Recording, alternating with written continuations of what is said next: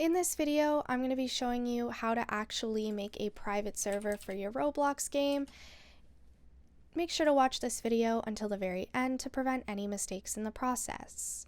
You're going to begin by clicking on Profile and Creations. You should find this right here. You're just going to click on it and then click on the three dots at the top, Configure this experience. It should open up this tab right here, and you're going to look for something that says Access Settings. It might also say Access depending on your update that you are currently on. And you're just going to check off this that says Allow Private Servers. You can also make a Robux price for people to actually play in your server. But I'm going to save the changes.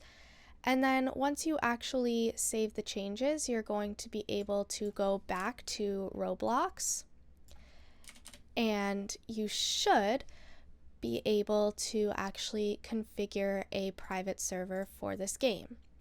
So once you go back here, this will actually be a new option to create a private server, and you can do so right now and create the server name.